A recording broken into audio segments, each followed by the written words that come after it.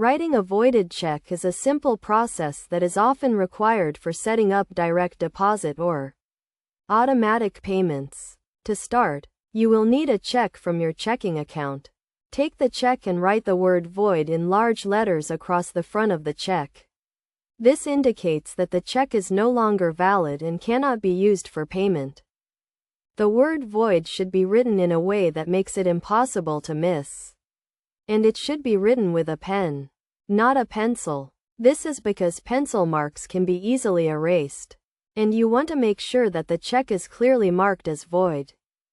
Once you have written the word void on the check, make sure that you have not filled out any other information on the check, such as the date, payee, or amount. The check should be completely blank, except for the word void.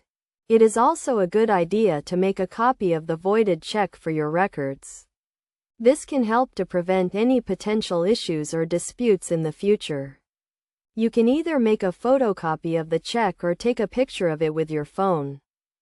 When providing a voided check to a company or organization, make sure that you are giving it to a trusted source.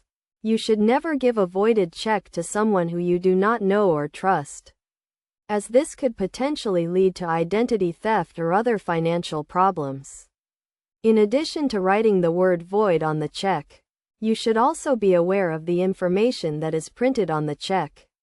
This includes your name, address, and account number. Make sure that this information is accurate and up to date, as any errors could cause problems with your account.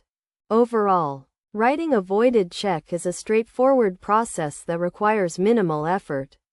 By following these steps and taking the necessary precautions, you can help to protect your financial information and ensure that your accounts are secure.